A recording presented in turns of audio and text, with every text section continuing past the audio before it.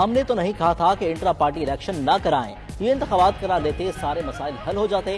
سنی اتحاد کونسل کی مخصوص نشستوں سے متعلق درخواست کی سماعت میں چیف جسٹس کے ریمارکس، وکیل فیصل صدیقی کو مخاطب کرتے ہوئے مزید کہا کہ جو امیدوار ہمارے سامنے نہیں، جن کی آپ نمائندگی کر رہے ہیں، وہ تو سب تحریک انصاف کے ہیں۔ تحریک انصاف کے امیدوار تو آپ کو چھوڑ رہے ہیں، آپ کی پارٹی میں نہیں آ رہے۔ تحریک انصاف کے امیدوار تو پھر آزاد نہ ہوئے۔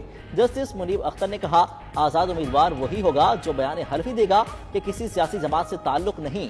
سنی اتحاد کونسل میں شامل ہونے والوں نے خود کو کاغذات نامزدگی میں تحریک انصاف کا امیدوار ظاہر کیا۔ انتخابی نشان ایک ہو یا نہ ہو یہ الگ بحث ہے، لیکن امیدوار پارٹی کے ہی تصور ہوں گے۔ کیس کی مزید سماعت 24 جون تک ملتوی۔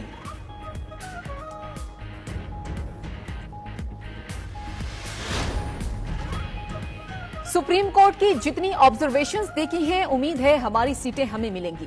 Chairman P T I barrister Gohar کی میڈیا سے گفتگو، بولے لوگوں نے ووٹ دیے ہیں، عدالت بھی انصاف کرے گی، امید ہے 25 جون کو فیصلہ ہو جائے گا۔ مزید بولے کہ الیکشن کمیشن کی وجہ سے ہم نے 3 بار پارٹی الیکشن کرائے، پھر بھی ابھی تک ہمیں نشان واپس نہیں دیا گیا۔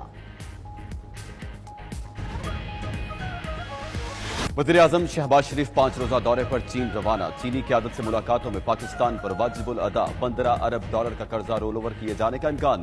نئے معاہدوں اور MOUs پر دستخط ہوں گے۔ ML1 ریلوے لائن ٹریک معاہدے اور سی پیک 2 پر پیش رفت متوقع۔ شہباز شریف بیجنگ کے علاوہ زیان اور شینجین کا بھی دورہ کریں گے۔ روانگی سے قبل گفتگو میں وزیراعظم نے کہا، پاک چین دوستی لازوال ہے، چین نے ہر مشکل میں پاکستان کا غیر مشروط ساتھ دیا۔ ان کے دورے سے باہمی دوستی اور تعلق ایک نئے دور میں داخل ہوگا۔ سی پیک فیز 2 شروع ہوگا اور بزنس ٹو بزنس روابط میں بہتری آئے گی۔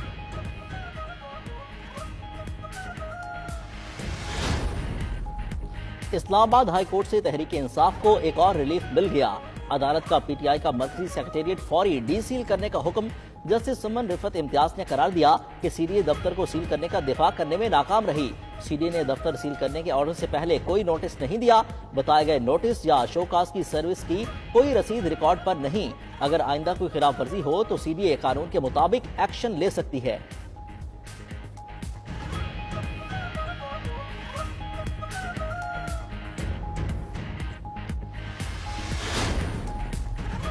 توہین عدالت کیس ایم کیو ایم رہنما مصطفیٰ کمال نے غیر مشروط معافی مانگ لی۔ بیان حلفی سپریم کورٹ کراچی رجسٹری میں جمع، لکھا کہ ججز بالخصوص اعلیٰ عدلیہ کے ججز کا دل سے احترام کرتے ہیں، عدلیہ اور ججز کے اختیارات اور ساکھ کو بدنام کرنے کا تصور بھی نہیں کر سکتے۔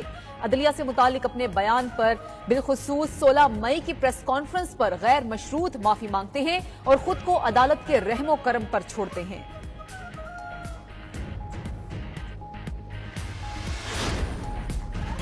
فیصل وابڈا نے توہین عدالت نوٹس پر سپریم کورٹ میں جواب جمع کرا دیا، لکھا کہ پریس کانفرنس کا مقصد عدلیہ کی توہین کرنا نہیں، ملک کی بہتری تھا۔ عدالت کارروائی آگے بڑھانے پر تحمل کا مظاہرہ کرے اور توہین عدالت کا نوٹس واپس کیا جائے۔ فیصل وابڈا نے رؤف حسن، مولانا فضل الرحمان اور شہباز شریف کی تقریروں کے ٹرانسکرپٹ بھی عدالت میں پیش کر دیے۔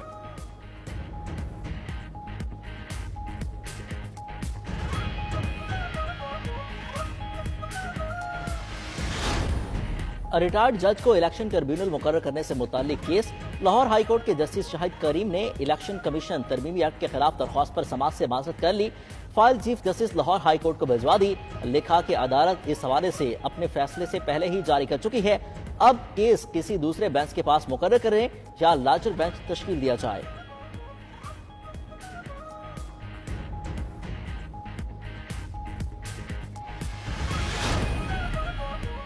پی پی 32 گجرات میں پرویز الہی کی مبینہ دھاندلی کی درخواست پر فیصلہ محفوظ۔ الیکشن کمیشن میں پرویز الہی کے وکیل نے کہا کہ ماسک پہنے لوگوں نے پولنگ سٹیشنز پر قبضہ کر کے ٹھپے لگائے۔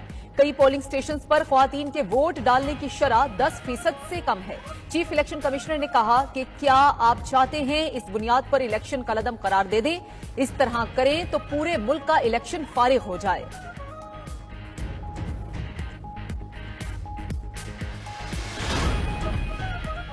IMF کے ساتھ بنیادی شرائط طے کرنے کے باوجود کنفیوژن برقرار۔ ورچوئل مذاکرات میں ٹیکس نظام کی ڈیجیٹلائزیشن کا سوال، حکام جواب دینے میں ناکام۔ پرچون فروشوں کو ٹیکس نیٹ میں لانے اور سرمایہ کاروں کو ادائیگی کے لیے زر مبادلہ کے انتظام پر بھی جواب نہ دیا جا سکا۔